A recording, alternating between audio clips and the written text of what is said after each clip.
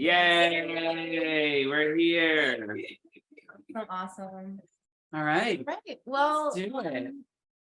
welcome. This is my home. Happy to be here. I'm very happy to have you all here. I even like Palo Santo before we got here. I just was like, clean air, please. Yes. Get this nice energy out yeah. here today on this Sunday. So I'm just grateful to have y'all here. It's our first time doing this with our guests in person since Flood Table Talk last year. Yeah, that was the only time we've done it. Yeah. One, and that was with a live audience, so it was a little different. A little different. Yes, a little a different. little different. So we're trying doing the something. show. Hey, evolution. Yeah. So thank you for joining us. Yes, happy to be here. First, I'll just introduce myself. I'm Dilo Dolores. I'm a FLED member. I'm our co-chair of culture and accountability at the FLED. Been with the FLED since 2020. Bri, you wanna? Yeah, I'm Briar Robin. It's a double first name, like Mary Kate. Briar Robin. My pronouns are they, them, and I am also a co-founding member of the FLED, co-creator of this show that Dilo had the brilliant concept for, and I am an actor and producer and director and artivist, currently getting my MFA at Brooklyn College. Yes. Let's get it. And I'm she, her pronouns, and this is Radio FLED. So I created this show in the attempts to really build community. The idea came originally, I wanted to be on Clubhouse because it was 2020, and I feel like people were starting to have conversations, and that was like the place to be.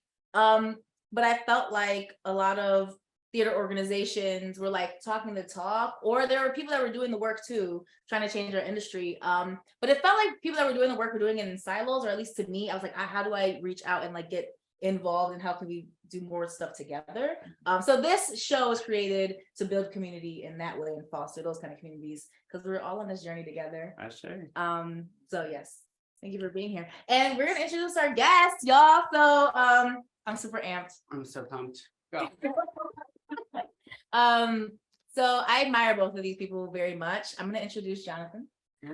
So this is Jonathan McCrory. Jonathan's a two-time Obie award-winning Harlem-based artist who has served as executive artistic director, creative doula. We're gonna get into that at National Black Theater since 2012. Yes. He's directed numerous professional productions. He's directed concerts. He's also a founding member of Harlem 9, Theater, Black Theater Commons, the Jubilee, the Movement Theater Company. Shout out Eric Lockley. There's a lot of that. So we got to shout out in both aspects.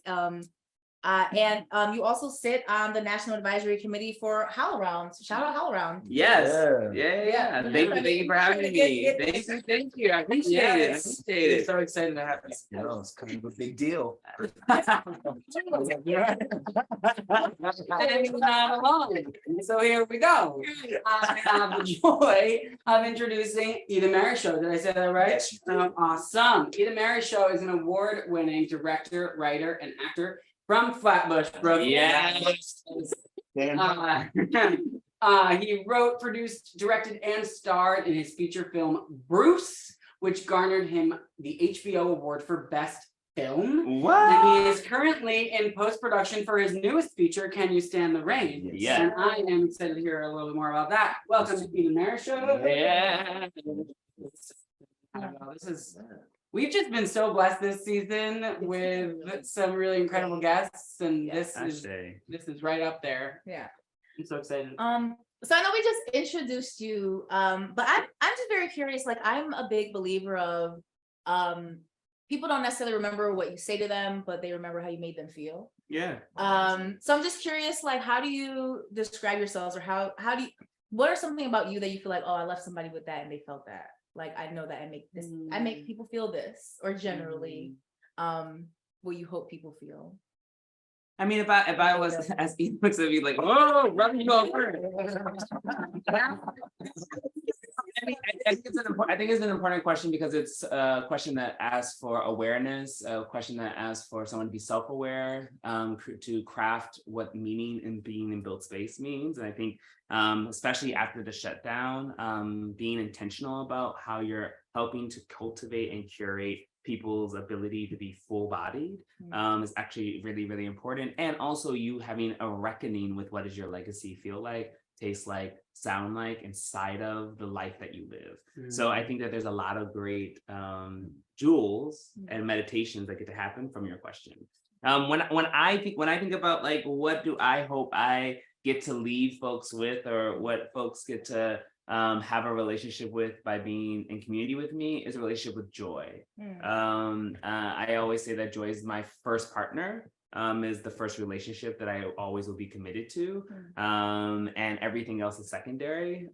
So if you are part of that joy mechanism with me, then I think that you're part of a life that actually holds me up, that actually stirs up that I have happiness. And we also think about joy, especially people of the African tradition. Joy is about a reservoir of resilience. That can meet sadness, meet depression, meet obstacle, and actually have a conversation with the future. It is a casting of thinking about how do I animate my third eye to actually witness what does my legacy look like, right? So when you ask me that question, I think about like, what does it mean to actually leave people, and what does it mean for me actually also to show up, really embodying that relationship with joy, and really then inviting other people to witness through my actions, but hopefully through their own becoming, their presence of joy as well. So I would say I hope that is what I help to do, but one never knows. It could get kind of diabolical. All right. You can't. Oh, the intention is there. Yeah, I've been really meditating on this thing, and then I will definitely be quiet. I've been meditating on this thing of intention versus impact. You can only control one's intent, your own intention. Like, what was the intention that you put into place, but you can't control the impact.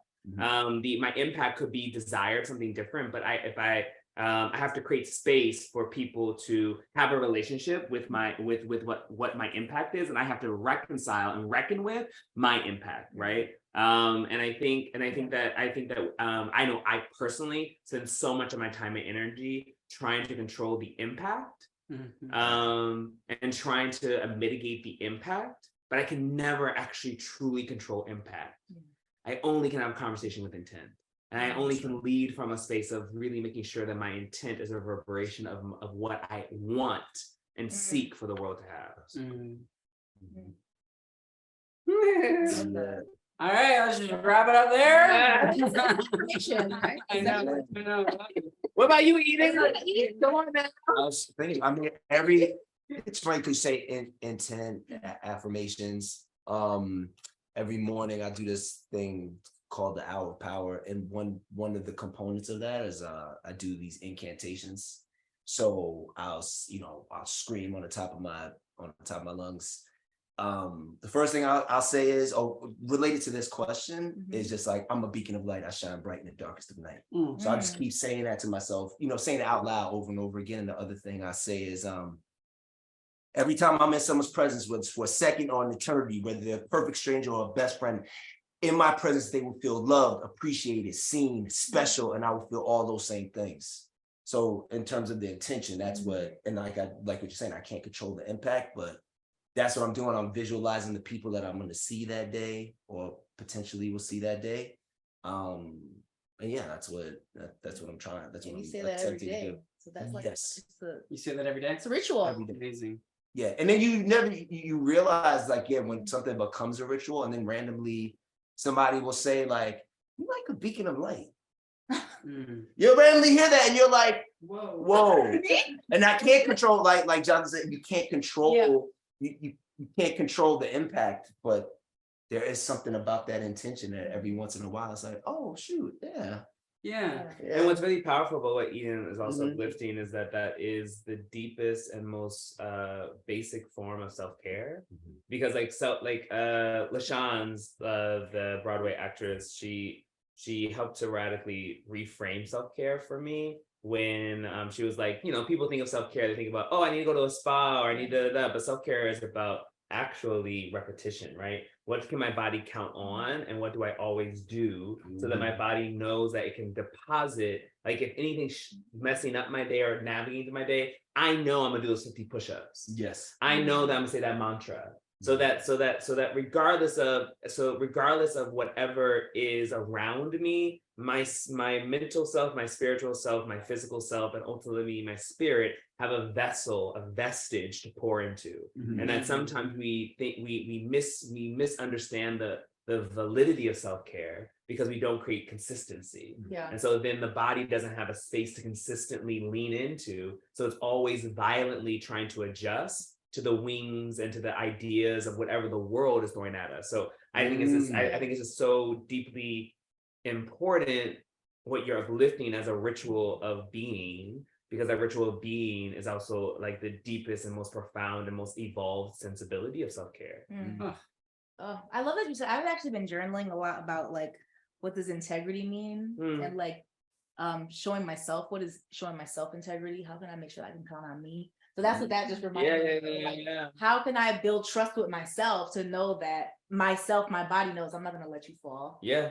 I got this for you. And building that trust with self. So I just love that you said that. I feel like I've been journaling about this, like, and it looks like self-care. That's self-care. That's ritual. That's repetition. Yep. So I'm on the right track. That was a good question to kick us off, Sheila. Yeah. Oh, goodness. I'm just thinking about, I mean, I really think that ultimately, because I think what's so beautiful about what you said and like sort of marrying these two is that, you know, we're talking about how we can't control the impact. Like, it's so lovely that someone was able to feel that way. You were a beacon of light to them. But also but like to what you're saying, what you can control is like that you're letting out that light. And then someone might not receive it. It might not reflect off of them. They might not feel it. But as long as you're letting it out, it'll land on someone. Or something. I mean, it also lists this very real conversation that I sometimes, you know, I haven't gotten in trouble about saying this yet, but I'm gonna keep on saying it because I think it's just important for us to reckon with. The definition of joy is based off someone's upbringing, and how they were raised and what the culture of the climate is. So there was joy in slavery for some people, and for other people it wasn't. But they were just living inside of what they knew joy looked like. A picnic was a joy-filled act for some people. It was an act of gathering, an act of eating food, an act of witnessing an event that was traumatizing to a generation of people. And so like there's a real necessity for us to really think about that intent versus impact. And really a necessity for us to really start to analyze what we call bad is only bad because of the frame of your upbringing. Not necessarily bad because the universe is bad. If the universe is actually, I'm also sitting with this, the universe is, and I believe this to be good and true and does nothing of my ill or harm, then that means the things I call bad they're actually mechanisms for something good, something that is of good for this universe to show up, i.e., peanut butter would not be around, lights would not show up if slavery hadn't happened. There wouldn't be a dry clean. We wouldn't have a way to iron our clothes if slavery had not shown. Because Black women wouldn't have gotten us to the moon if slavery hadn't. Like these are mechanisms that showed up in our time, right? In our omniverse. There might be an omniverse where slavery never happened, and we get to figure out what invention showed up because of that, right? But in our omniverse, in order for us to have the advances that we currently have, that we get to actually be in relationship with, it is in direct correlation with the universe only speaking good into our lives and providing a pathway for a future that we may not actually be the benefactors of, but there is someone out there. And I think that's where that joy as resilience of opening up that third eye of like thinking about my ancestors who were enslaved and thinking about how did they actually wake up in the morning and not commit suicide? How did they wake up in the morning and not end their lives? How did they wake up in the morning and figure out how to build this thing called a family and build this thing called being present with each other? How did they do that, right? And not to romanticize it, but to really give honor to the fact that the resilience in which they showed up with is a resilience where they, somewhere in their body said there's a future. And I want you to have a conversation with that future. And what happens when you stir up the conversation of that future? Who then are you responsible for? What are you then responsible for? How then do you make sure that the space is full of care? How then do you make sure that your joy is not in the cost of someone else's ability to feel humane, seen? If you actually center that practice, right? Because the practices that we have been centering actually favor a few. Mhm. And what happens when you have to favor actually everyone in the space? This thing called capitalism has a different relationship. Western ideology has a different relationship. The structure of race as a construct has a different relationship. Culture has a different relationship. And all of those fragmented parts create a different opportunity for the future to be made whole. Oh,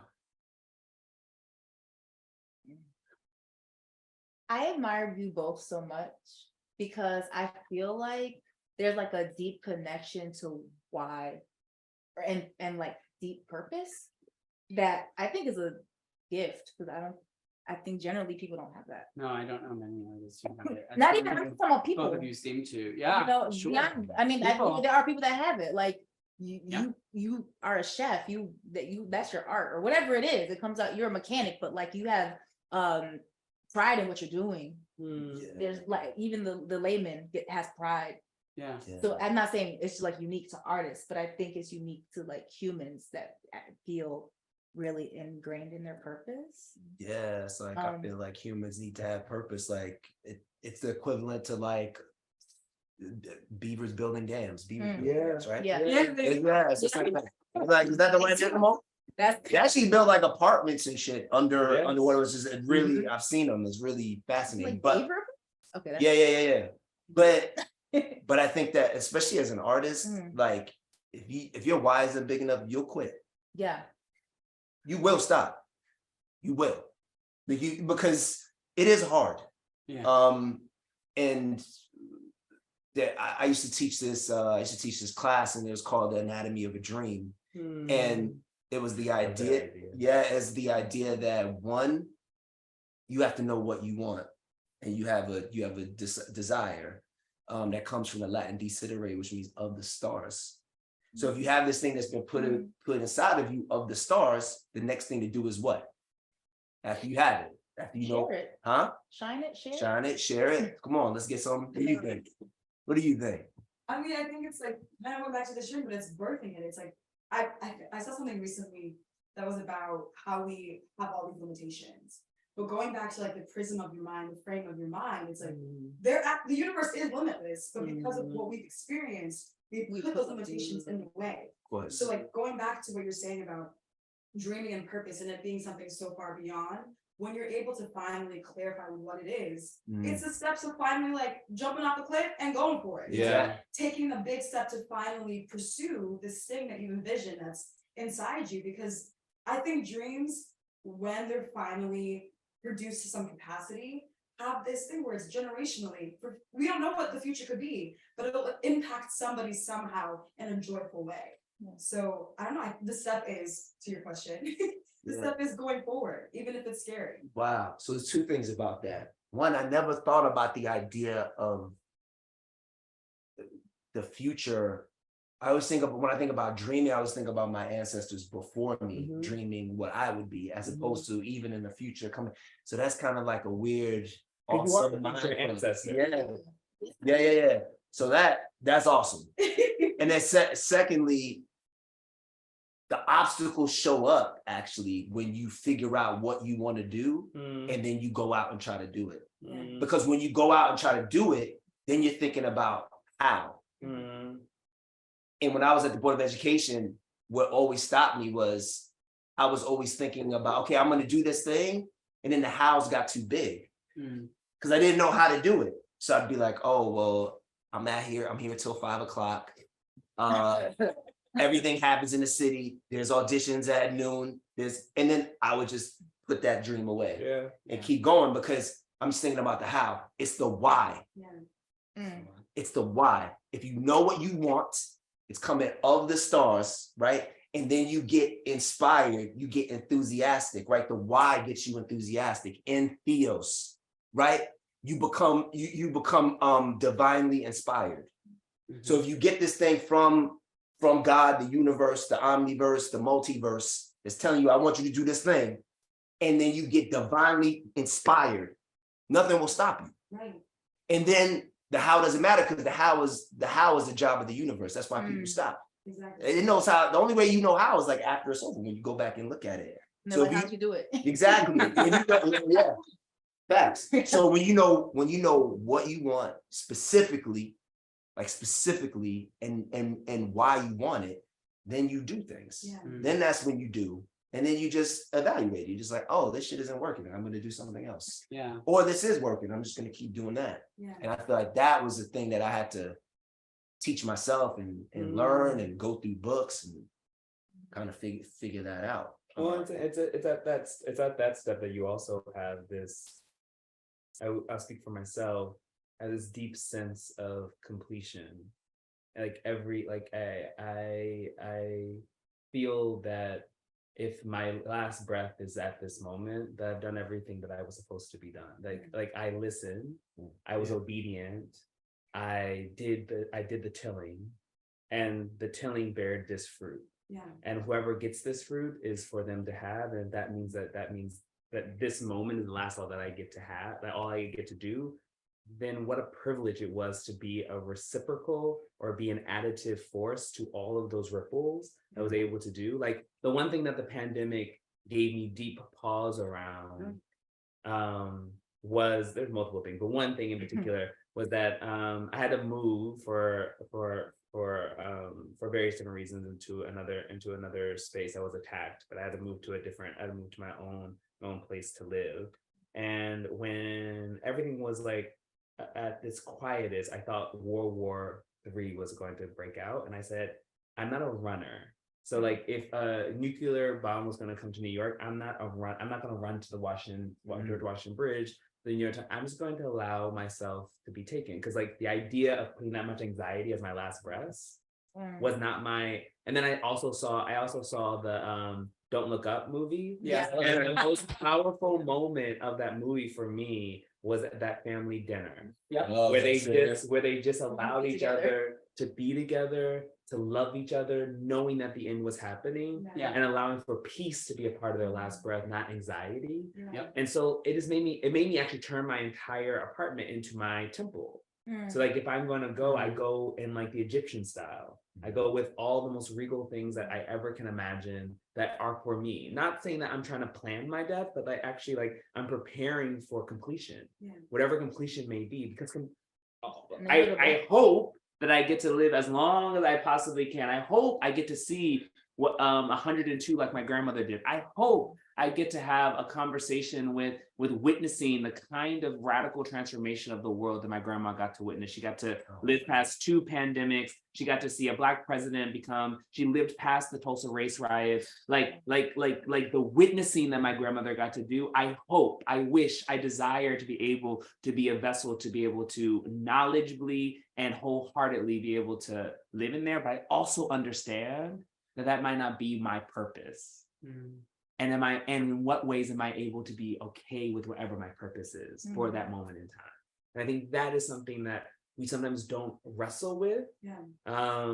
Because we think of death as a morbid thing, but then I also have come to witness, understand, especially working at National Black Theater and feeling like, so Dr. Barbara Entier, who's the founder of NBT, when I started working at NBT, she'd be talking to me. And there was this voice that was talking to me all the time, guiding me, navigating me. And I was like, I don't know who this voice is, but I'm a vessel. I'm a listen. I guess this is whatever. When I got to hear her speak for the first time, I got to hear her audio. I was like, oh, that's that woman. That's that woman who's talking to me. She be talking to me and telling me different things. And ultimately, what it did is that it reminded me that we return back to source energy. And that as part of source energy, we then get to work to those who want to listen, to conspire to complete our unfinished work. Like there's always and there's so much energy in the omniverse, in the universe, that like something will listen, even if it's a rock, a butterfly, even if it's an alien life form that we don't even know, even if it's a piece of lava or fire from the sun, right? Or from a sun that's outside of our galaxy, right? We get to be in conversation with that when we return out of this body into completely being source energy. What a gift that also is, right? And like when we start to just reimagine what heaven can look like and start to reimagine what afterlife can look like, I don't know. It just is a profound thing. But I'm on a tangent and I will be quiet.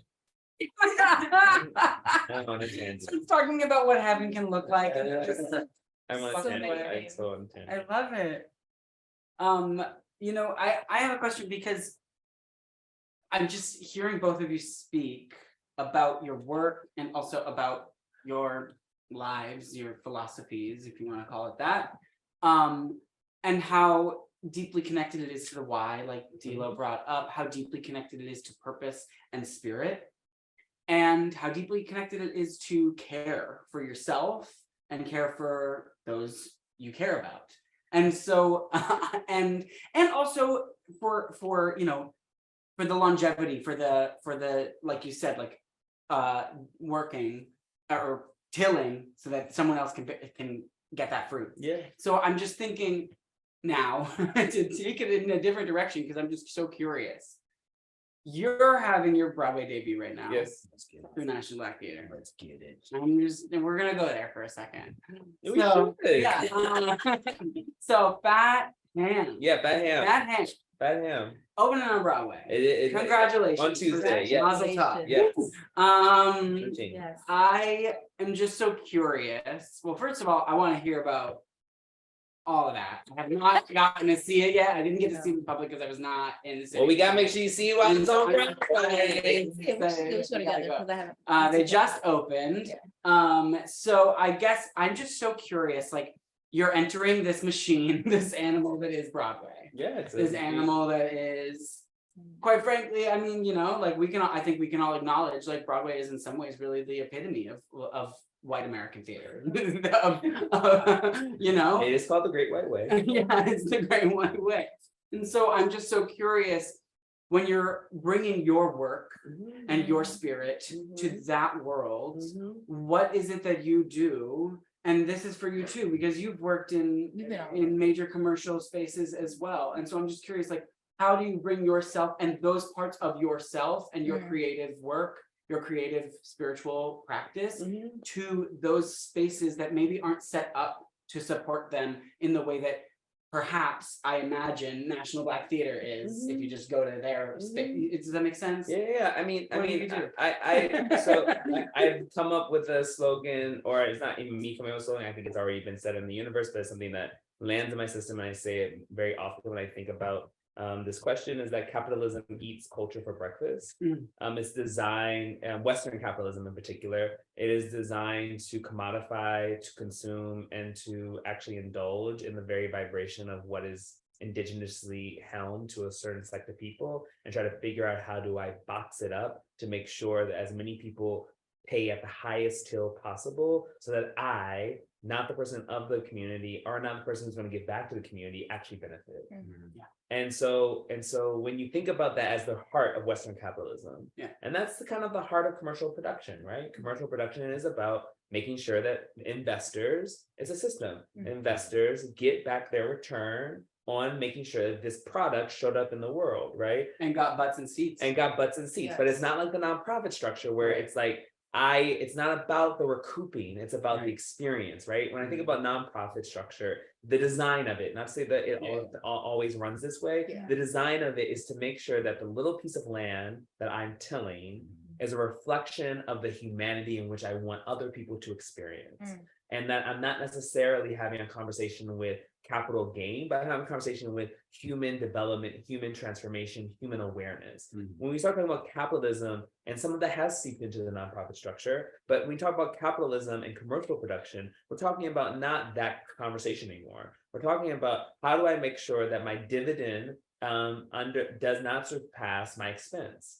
And many nonprofit structures, the show will never recoup. But in the commercial structure, it is designed to recoup. And if it doesn't recoup, if it has a problem, right? And you start to and it's not, because it's not charity, it's not tax deductible, it's not X, Y, and Z. So how does NBT enter into that structure when that is the norm? That is what has been around for 165 years, and NBT being the third Black theater in Broadway's history to transfer a show to Broadway. So it's also designed, and I think we're the only BIPOC, so not even Black, but BIPOC, the third, and the only one in 2 generations, right? So we're almost talking about the last time this was done was Woody King Jr. did it at New Federal Theater for Color Girls, and that was with Joe Papp and Woody King transferring for Color Girls to Broadway. That's the last time we have witnessed a Black theater transfer a show to Broadway. So that's a system. That there's a very distinct system, and we have to think about the history of who Joe Papp is as an individual, of like being a person who was radically about breaking doors down and opening up space and making the public theater be the space for all, right? And be a catalyst for all, right? So here comes Fat Ham. And again, the public theater, I have to give kudos to the public theater, creating conditions for their legacy to still meet its future, creating a space for NBT, National Black Theater, to transfer the show with them to Broadway. And I think that how we meet that question, there's a lot of rigor, there's a lot of vigilant awareness, but then there's an equation that NBT has that creates a space, I think, for that question to be met, which is our theory of change, which is Black liberation plus art plus placemaking equals the conditions for humans to be transformed. So it's not. Can you say that again slower? Black liberation. So we liberate the space to be a place where we are saying the lowest common denominator is that Black people feel liberated, we all feel liberated, right? So Black liberation plus art. So we're using a form to get to that space of liberation, and we're using creativity as that. Then placemaking, this, wherever we are, can be a space of liberation, a place of art. So place, so the placemaking, the place that we are deciding to name as our home, can equal the space for all humans in the space to be transformed.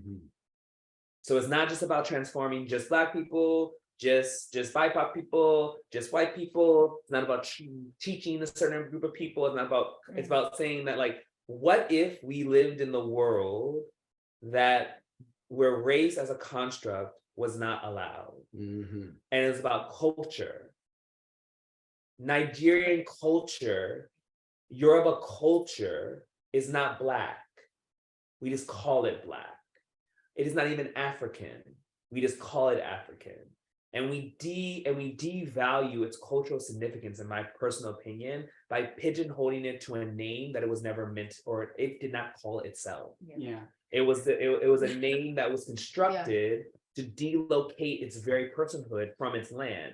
If you look at the history of how race as a construct is, going on tangents again, but race as a construct, Black, I love it. Every other racial name, white, comes from Caucasoid Mountains, location, Asian location. Black was a term that was utilized to delocate somebody. It has no land. So then therefore their land is for us to conquer, and they are for chattel.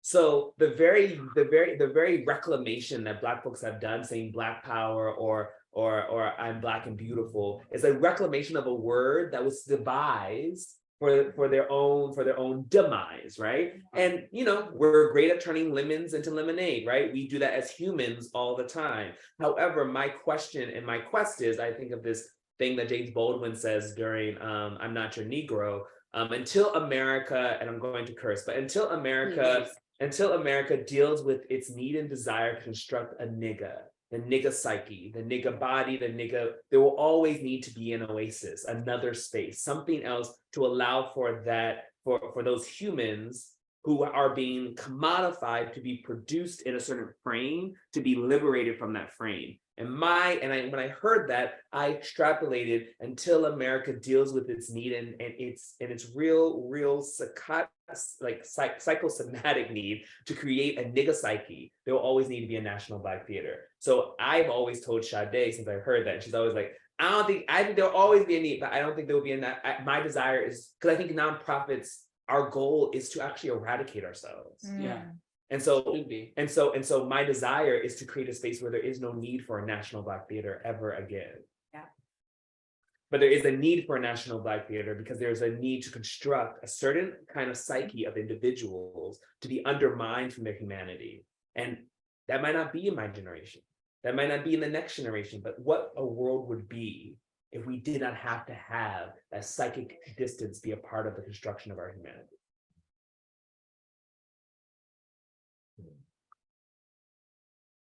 So that's what it means to go transfer something to Broadway. Yeah. Amazing. So, but no, there's a lot to learn. Like Yeah. it's like please. it's so much unlearning and like discovery and like unlearning again. Like it just sounds like, but we have to do that, right? Because I was actually just having this conversation a couple days ago of like, why do companies need like a policy that says, you know, you and make sure that you get Cast black black actors. actors 75%. All right, we good 75%. All right, 25% of this needs to be BIPOC. 25% will be good. But otherwise, if we don't say that, then it's all white. Like I've been battling with that. I'm like, so the standard is white. We have to keep like I'm just like praying for a world where I'm like, I don't have to remind you. Yeah.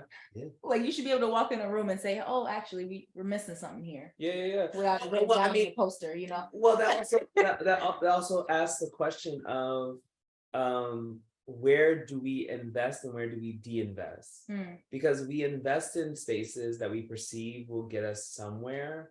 And by keeping on investing and calling those spaces North Stars, they get propped up as being the pinnacle when the pinnacle might be different. And are we bold enough to rename what pinnacle is? Are we bold enough to actually take a hit to actually build a future? I mean, what I love about my brother Eden and what I love about him and his ability to just show up in the world is how he de-invests from the structures of oppression and invest in the structures of liberation, i.e. the mantra, i.e. doing his own work, i.e. but that took sacrifice. Yeah. And that sacrifice wasn't necessarily a boo-hoo we sacrifice, but it was a sacrifice. It was a counting the stars of myself versus counting the stars of others. And I think that, and even me, when I started working at National Black Theater, there are many stories of like how that was a sacrifice.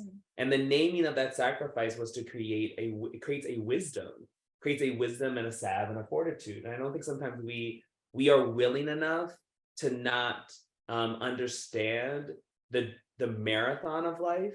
We want the instant gratification of life. We want the popcorn of life. We want to be a star now. We want the money now. We want the light. We want the lights on us now. When like if we were to look at even Beyonce or Michael Jackson, they weren't born that way. They were cultivated through a very rigorous durational process that made it so that when they had it, they were ready.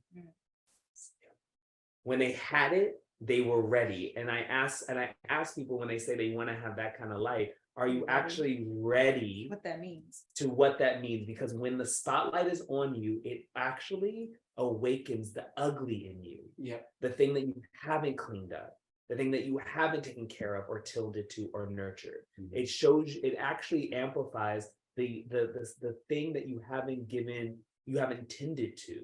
Yeah. It turns that into your North Star versus you actually being able to be the Beyonce or the MJ of it all. Yeah. Like a big old light on your shadow self. Yeah. Shadow self, like you know what I mean? Been hiding this whole time.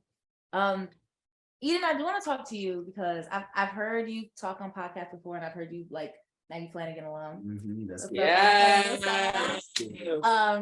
But I've heard you speak so beautifully about like your experience in working for the Board of Education and your students, and particularly Peanut. And I'm curious if you're willing to talk about that, because I did see a slight interview about I saw you in Amani also. Shout out Denise Manning. What? Girl. That first of all, that show touched me, and like as a person who like my mother's been to prison, my father's been in prison, my brother is in prison, and just the amount of like visits and like being treated.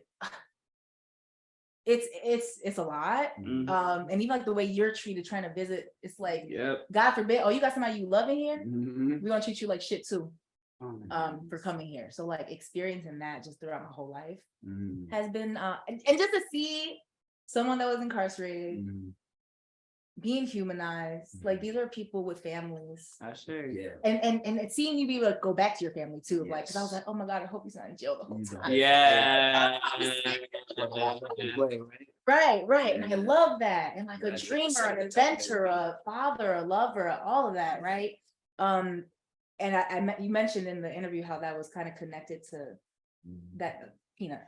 Yeah. I'm just- Wow. I'll always talk about Peanut. That's my baby. Yeah. I also want to say, to get the opportunity to play Smith Yeah. was like one of the great just like blessings in my life. Like I can't not put into words how much I loved him.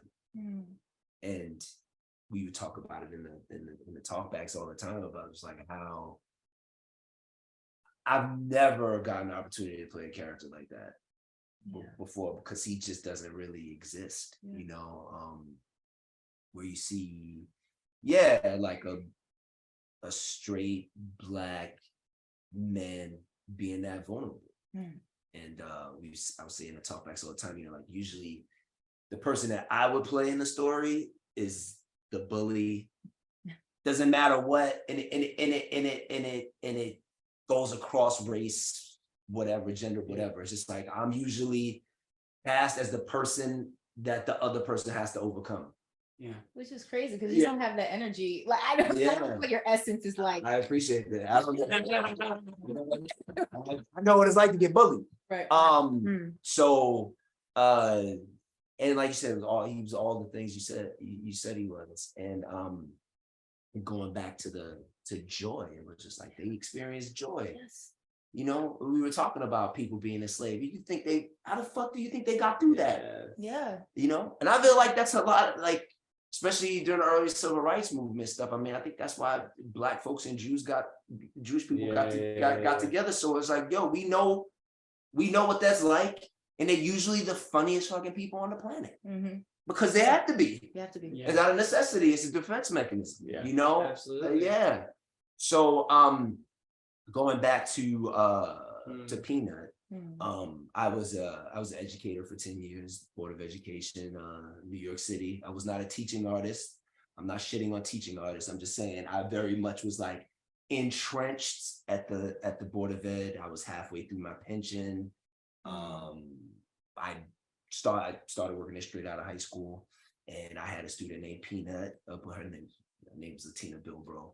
And the first time I met her, I was 18. I came to the school, and I saw what I perceived at the time was a little dude, you know, like she had on a Yankee fitted, a North Face, like a navy blue North Face, you know, with the black. And she just looked at me and she was like, yo, fuck is you? Like, Size you up. yeah, I was like, first of all, why is this 8-year-old boy like Doing this to me? like that? And it was like, I remember it was like March, so the weather didn't change that, so the face was all Vaselined up. And I was like, yo, and then I found out she was a little girl. What back in my time we called tomboy, you know what I mean? And back in my time. You do have one of those stories. My day. Yeah, so she so it was a love affair. Like, you know, when you meet somebody and you're like, I know we were together in another lifetime. Maybe you were my mom, or you know, you were my child. Like the spirit, like exactly. It was I like see you. exactly. And so somebody was reminding me the other day how I used to just like buy her.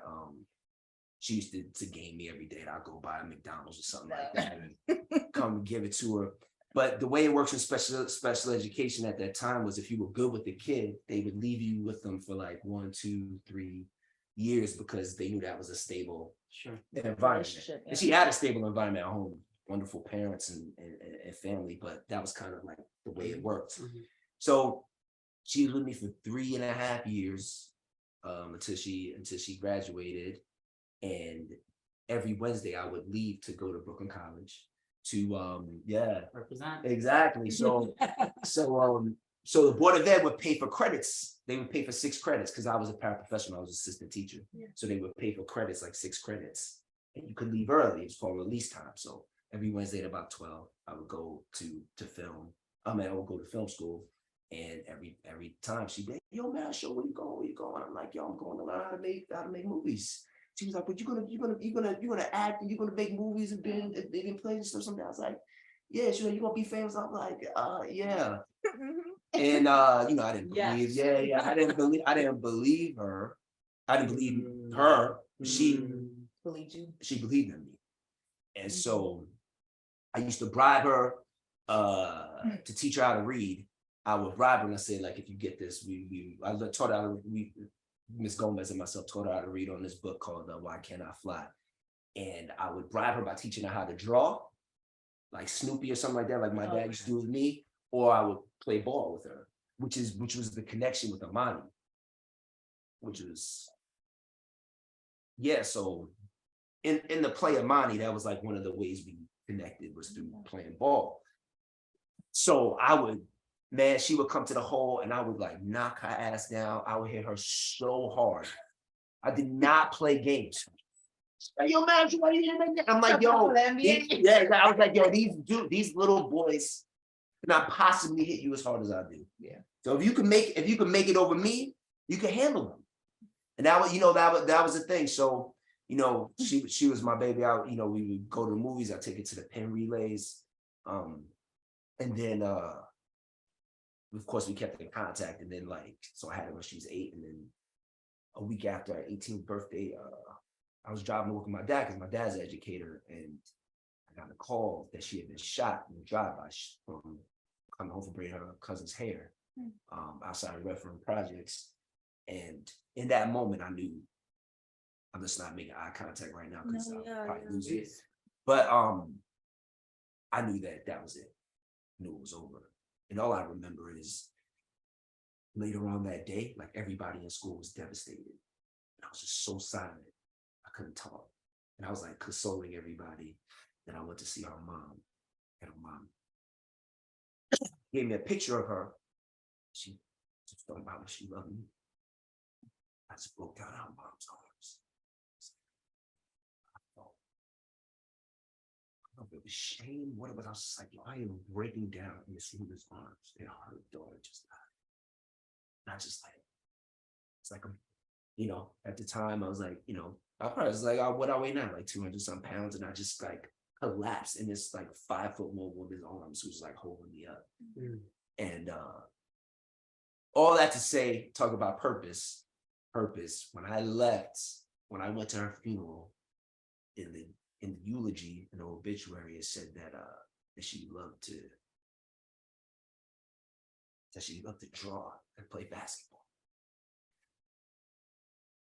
And he's like, I know I wasn't the only one, but I was one of the ones. And I just, I promised her. Looking at her in the casket, 18-year-old, week after 18th birthday, and I just said, yo, that's it. I'm proving you right. That's it. And it's funny because, you usually think about, okay, that's the moment that I stayed at the Board of Ed for another year. And I remember another student came up to me. I was editing a film. Because I made this film for like $300. It was like a feature. I ended up selling on the street. We had a premiere at the Brooklyn Museum. So like 3,000 copies out of my van on the street, my boy Sean. And one of my students, Trayvon, he looked at me because I was doing it during recess. He's like, yo, Mr. Marryshow, what are you doing here? Like, he's like 10 or 11. He was just like, Mr. Marryshow, why are you here? That really sat on me. And I was thinking about Peanut, and I was like, I gotta keep my word. They both asked you that. Yeah. And then I said to myself, I was just like, all I do is talk to these kids about dreams. Yeah. It's all I do. I loved my job. My only other dream was to work with my daddy. Because my dad was like Joe Clark back in the days, you know what I mean? Like he would wake up at 4 a.m, go to the projects, wake kids up, drag them to school. Like that's the type of dude he is still. He still works at the Board of Ed. And so for me, I was like, yeah, it's time. I have to let them know. Like they have to be able to like see. Yeah. Somebody went for it. Like somebody did. Somebody went for it. Yeah. And maybe one day I will make it my mission that they'll see me on one day and talk about intention and not what was the word you impact. My goal was just like, my kids are gonna call me and they're gonna be like, yo, Marryshow, you always said that. And I just said, yo, I just saw you on TV, yo, Marryshow. And I'm grateful that happened. And then last thing I'll say about Peanut, when I was on Broadway in Ink, which was an amazing experience, that was the one kind of like thing I was pushing up against, because like, it's so funny, but like bios are a very specific way. Not at NBT, you write whatever you want, which I'm super grateful for, because that's what it should be. I shouldn't have to just put on my credits. Like, first of all, I don't give a fuck about my credits. Yeah. My only goal was everybody will know who Latina Bilbro was, and she was not a statistic. That was all I cared about. So that was the only pushback I had from my, the people I was working with at the time. I was just like, yo, all I care about, like, my bio is just about Peanut. That's literally. Yeah. So eventually there was a compromise, and I was able to put, it wasn't the usual, like, he was in this. I mean, that's there just to satisfy them. But then at the end, it just said, like, we did it, Peanut. Yeah. I'm great. So that's one of my many Peanut stories. Yeah. Thank you. No, I appreciate it. Always want to talk. And these aren't just tears of like sorrow, it's like joy.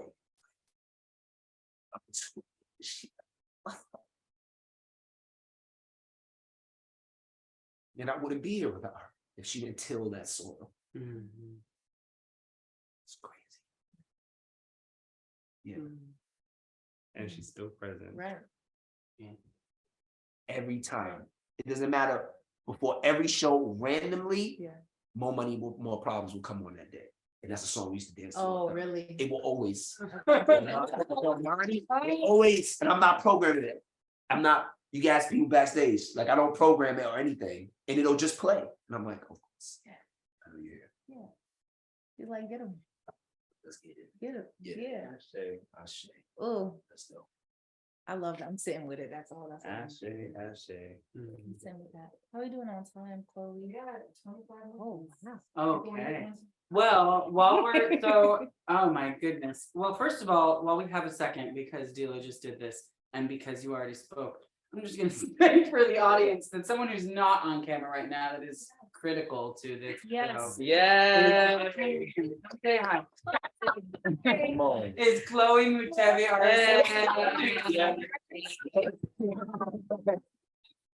member of the flag. Yes. Chloe, you heard Chloe speak off cam earlier. I just wanted to name who that person. I say, yeah. Yeah. So thank you, Chloe, for everything you're doing behind the camera right now. And while we have a little bit more time, I do want to uplift. We before the show, we like to, through the FLED Collective's Instagram, give opportunity for followers of the FLED to ask questions of our guests, and we got one, which is exciting, and it's for Jonathan. So someone in the FLED community was curious if you could talk about your title, Creative Doula. Oh, Creative Doula. And, Okay. where that came from, what is the story there, and why, and what does it mean for you? Yeah. So my Western title is Executive Artistic Director. My named and my intentional title is Creative Doula. It's a word or phrase or term that I feel like I came up myself, but maybe someone else will hopefully one day be like, no, I did. I'm like, hey, I'm happy to be part of your legacy. So it's a term that really is looking at how I was really sitting back with how the way in which I produce or craft work with artists is beyond just like trying to produce a show. I'm really taking care of the spiritual, mental, physical, metabolic structure that actually helps an artist to show up in the world. And I'm the intermediary between the idea and manifestation, right? And so if I'm the intermediary between the idea and the manifestation, I want to honor the 360 care that I give and how I nurture the pre-birth, the birth, and then the aftercare of that, and how all of those different lanes should be uplifted. And I thought about what a doula does, and how a doula is responsible for the pre-care of the mother and the father, right? Or both of those figures if they're present, to take care of them, nurture, make sure nourishment's going to both of their bodies, making sure they understand what's happening. They're there for the birthing process, and then they're also there for aftercare. What does it mean to actually live after you have birthed this thing into the world? And so I wanted to humanize a little bit more around the work that I do. And so that's where Creative Doula came from. Creative Doula came from that I help artists birth their ideas into the world. And I think of it from a 360 holistic perspective, which is very, is unique and wacky and has its thing. But yeah, that's where it comes from. Thank you. I know. I love it. And you know what I really what I love about it, one of many things I love about hearing you talk about it and love about the title is really examining artistic leadership and artistic stewardship and what it is, what it has been, what it can be. Yeah. And to let the title reflect that is really wonderful. I mean, if you get my business cards, it's like executive artistic director on it. Sure. But I always lead with that. That's my Western title. That's because I am very clear and aware that it's very interesting. We have these conversations about like burning down the system and like taking the system down. And there's this beautiful quote that's in the House of Dragons, the TV show. Yes. On the last episode, she says, "My father gave me a kingdom to rule, not ashes." And I just made me think about how we talk about burning the system down and making the system, like destroying the system as it is. And I just wonder, like, so then are you willing to work with ashes? Are you willing, and not to say ashes are a problem, like volcanoes, but it takes longer. Yeah. If you think about what a volcano does it's fertile. Right. It is beautiful. Yeah. But it's hundreds of years later that it's lush.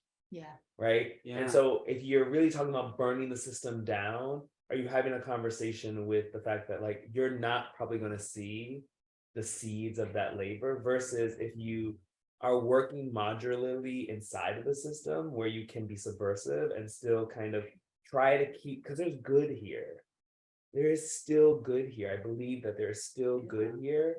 And like trying to figure out how to amplify, pay attention to the good so that it can take up more space and allow it to diminish what could be considered harmful, harsh, or non-enjoyable things for the people who are experiencing it. I'm trying not to use the word bad, but like trying to navigate through that crunchiness. That's a Jonathan word, man. I love it. Trying to navigate through Get a little crunchy. It's gonna get a little crunchy. Don't get crunchy, y'all. But to navigate through the crunchiness, so that we can actually honor the fact that there's no way that none of us, especially here, none of us probably watching it, do not have a relationship to actually upholding or participating in white supremacy, in capitalism, Western capitalism. There's no way that none of us, through going through the schooling that we did, going through the society that we live in, adopting, wearing clothes, buying clothes, and being on social media, that there is no way that we don't adopt some form of oppression in our way of living. And my question is, are you just bad because you do that? No, I think that you are just, it's a question of how aware are you willing to be, and what are you willing to be in relationship with your awareness. Yeah. Thank you. Yeah. I feel like you offer a lot of grace, and I guess I'm reflecting on like, how would Dolores be able to offer that much grace? And it actually starts with like, well, you don't offer you that grace. Yeah, do you offer you that? Right. So I'm like, Exactly. start there. But I aspire for that much grace. I have some. but then I'm You like, got- So like, what's the, but when the head tilt. but whose idea is it? Where does, like, I feel like, where does the seed of burning it down come from? Well, Do you know what I'm saying? Like, when I think about, I just feel like there's a lot of times where people use a lot of like academic language and come up with words. And those words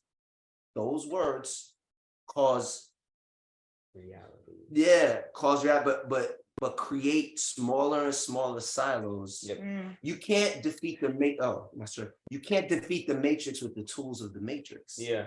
So so it's just like, so that's a fascinating thing to me that I like bear witness to, where I'm just like, something like when you hear somebody say you want to burn something down, well, whose thought was that? Yeah. Like where did that thought come from? Like maybe it came from the system you're trying to tear down. Because they also want you to do exactly what they did with the MLK, right? Yeah. Like what, like this, I think that's, and maybe I'm right, maybe I'm wrong, maybe I don't know what I'm talking about, but I do think those, because I have been wrestling with with different terms yet. Like, I want to say it. Yeah, I want to say it. I have an issue with the word BIPOC. Me too. Okay. I think it's it's like, and it's just like, No, I'm gonna, it really frustrates me because I'm just like, okay, one, who came up with the word? I can't figure out. I don't know who came up with the word. Nobody knows who came up with the word, Yeah. right? So where's know. the word coming from? And then also too, you can't defeat the matrix with tools of the matrix. So you trying to create a label for your freedom will never work. Yeah. And it's also, you're calling it BIPOC. So that means everything but white. So you're measuring yourself up still against whiteness. So this is stupid. And if you go out on the street, my homegirl said this to me when I posed it to her one day. She was like, yo, if you ask any Black person on the street, like where you're from, what BIPOC is, they literally be like, are they related to Tupac? Yo, but when I did Amani, my boy from high school came out with us and we were all eating, and we were at a table with like academics and whatnot. And somebody said BIPOC. He was like, yo, like, are they related to Pop? Like literally, that literally was the thing. Yeah. This is stupid. And anytime I'm in a space where somebody says BIPOC or calls me, I'm very intentional. No, I'm not a BIPOC person. What do we like? Literally like, if you really think about it, it literally is you're saying everybody but a white people, and then white people, and then the Black and indigenous people get their own thing because we've been oppressed more here, apparent, right? Like, so you're still setting up a hierarchy. Yeah. You're still setting up a caste system within the word. It's crazy. Yeah. To me. I could be wrong. But if somebody else wants to be called BIPOC, I will call you that. I'm not gonna be disrespectful. I'm just saying, for me, eat a Marryshow. I'm not It's just crazy. a way to erase Black.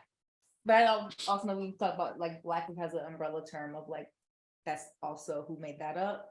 So now I'm wrestling with that. But I'm like, when I go to, I've been going to BIPOC spaces and I'm like, where are the Black people though?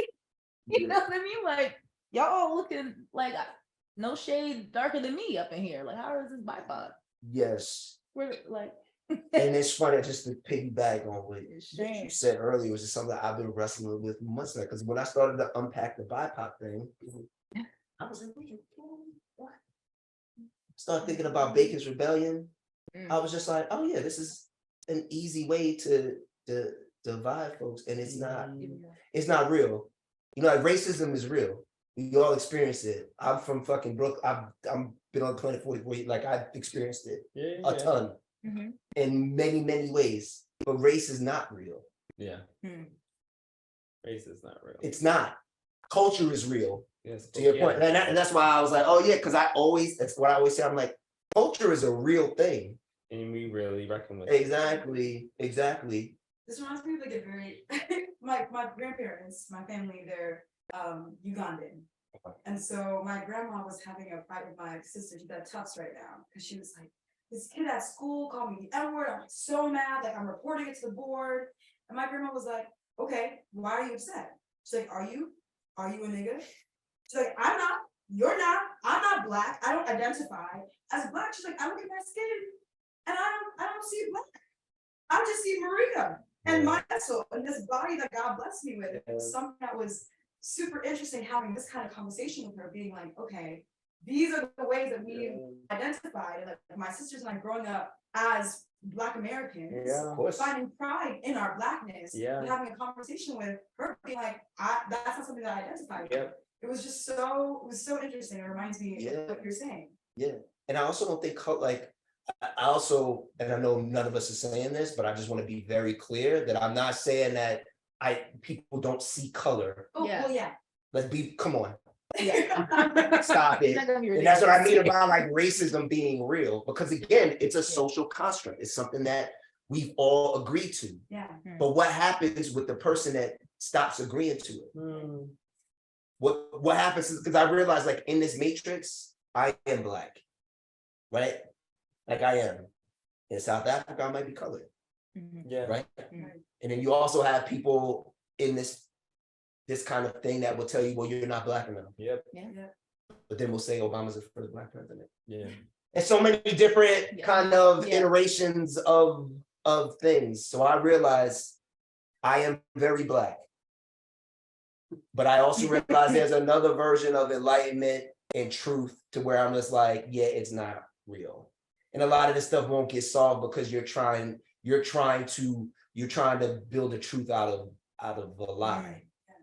So it's just gonna be a thing where we kind of go, I mean, I don't know how this conversation got here, but like it's gonna be a thing where we just go like round and round and round and round, and it will never get solved because it's not a real thing. Yeah. Well, and I gotta say, I could be wrong about this, so forgive me, we'll fact check it later. But but I think if I remember correctly, I don't know where it comes from by any means, but to go back to your question of like does this term BIPOC come from? Pretty sure it came from journalism because it was a way to shorten it to fewer characters. Oh, really? An acronym. In which case I'm like, well, that's gross. Yeah. We just needed a way to say it in less space, like to take up less space. The characters, Less the space. character limit. It's like it's a tweet. It must came from Twitter. And just because you went to school longer than everybody else doesn't mean Yeah. you know what the fuck you're talking about, Mm. and that you can speak for a group of people. Mhm. You know what I mean? Or Like, multiple groups of multiple people like, yeah, I'm BIPOC, and then we're like sheep because we just agreed to it. Yep. Somebody said it. Oh, they say it over and over and over Yeah. again. It's the repetition. Or a suggestion. It's the repetition. It's not necessarily said. It's not about it being said once. It's about with anything. It's not necessarily about it being said once. It's about the durational reinforcement of it Yeah. that actually causes the catalytic shift of us being starting to adopt it. It's like a spell. Yeah. Keep hearing it. Keep hearing it. Keep hearing it. Well, I guess. It's powerful. That's why I call it spelling test, right? Yeah. Yeah. Yes. And I do want to also name real quick another thing that you're making me think of when you're talking about these two truths that exist. I mean, we talk about duality on this show a lot, and I think that those two things can exist. They can coexist. You touched on this earlier, I think too, of like we can hold these two truths that are in competition with one another, and they don't have to be in competition with one another. They can just both exist. And I think that so often, and maybe this is me, just like we have a lot of Gemini energy in this show. Yeah, we're both Gemini. Oh, wow. So maybe this is just me coming in with that. But I think that sometimes, and this is gonna sound so like stereotypically Gemini of me, but I think sometimes that is the key to a lot of the work that we're doing is in terms of helping people. When I see people in my life unlearn something, usually I find that the key is showing them that two things can be true. And that two experiences can be real and equally valid. Yes. And that sometimes it's the like inability to it's like when it has to be this, One or it the has to be other. one Yeah. or the other. It can't be both. Yeah. And then sometimes when you just show like no, it can be both. Like welcome abundance Yeah. into the world, into your life. And then sometimes that triggers something where they go, oh, like I can have this experience and then this other person's experience can also be real. Yeah. Yeah. I think that's a great point because it's like, yeah, because again, like that's another thing like that. We talk about the white patriarchal, oppressor, whatever it is.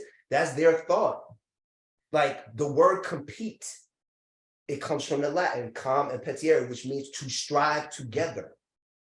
It's not even real. Like that's what I'm saying. There's so many words out here that we think mean one thing. When you look at the root of it, that's why I love etymology. You look at it, and it's just like it actually doesn't mean a thing. You made that up. Yeah.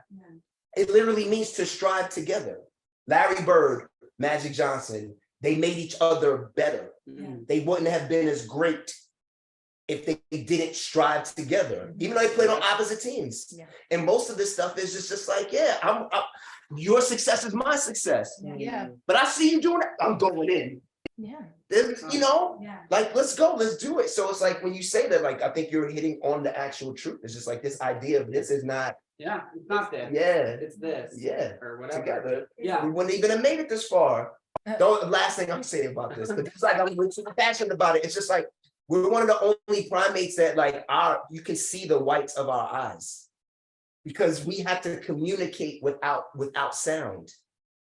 So when we're trying to like, I mean, this is thousands of years ago, whatever. But when we're trying to kill an animal to eat it, or we're trying to be organized, we're just using our eyes to shift back and forth from yards away that we can see each other. So it's like this idea of like survival of the fittest and competition is wrong. The only reason we got this for us because we cooperated. Yeah. It's it. It's the only reason. Thank you for bringing etymology into it. Yeah. A lot for etymology. Amazing. Amazing. I love it. Yeah. I mean, I feel full. Last thing I would want to ask is like, what's next? Like, what are you about to birth? What's birthing over here? Yeah, like, you got 4 things. Yeah. I'm about to finish my film. Can't We Stand the Rain? Yes. Thank you. That's a tribute to my brother who passed away about almost 2 years ago now. I'm really it's just like a love note to him. So I'm truly grateful to finish to get kind of like the back end of that, finishing that up. My great friend Donna Augustine Quinn just shot a pilot that I'm producing and I'm acting in. I'm really excited about. I think I'll be on the Equalizer season 4. King Latifah, let's get it. Yeah. The dream, Me? big time. And then just working on my own stuff, man. Awesome. Yeah. Fat Ham is running Yes. now, so please come check it out. And then in the next 3 months we have Bernardo's Daughter, which will happen at they'll happen at Signature. Yeah, it's a co-production with the new group. And then we have a workshop production we're doing at the Flea called Black Mother Lost Daughter. Yeah. Written by Fedna Jot and directed by Stevie Walker Webb. Let's go. So those are coming out. When will they be in the Flea? I'm wondering if we're gonna be. It will be around the 3rd week of June. Okay. Third week of Yeah. June. 3rd week We're of June. around then, so we'll see you in the building. Yeah, love it. Yes. We'll be there. Yes. Awesome. That's awesome. Thank y'all so much. Thank Happy to be here. you. So meaningful. Very meaningful. Yes. Appreciate We it. really appreciate you being here. Enjoy the weather. It's supposed to be Yeah, that's- 70. yeah. Come on now. Happy Oh. spring, Happy everybody. spring. Happy spring. All right, and that's a wrap. All righty. Right. Thank you so much. Yeah.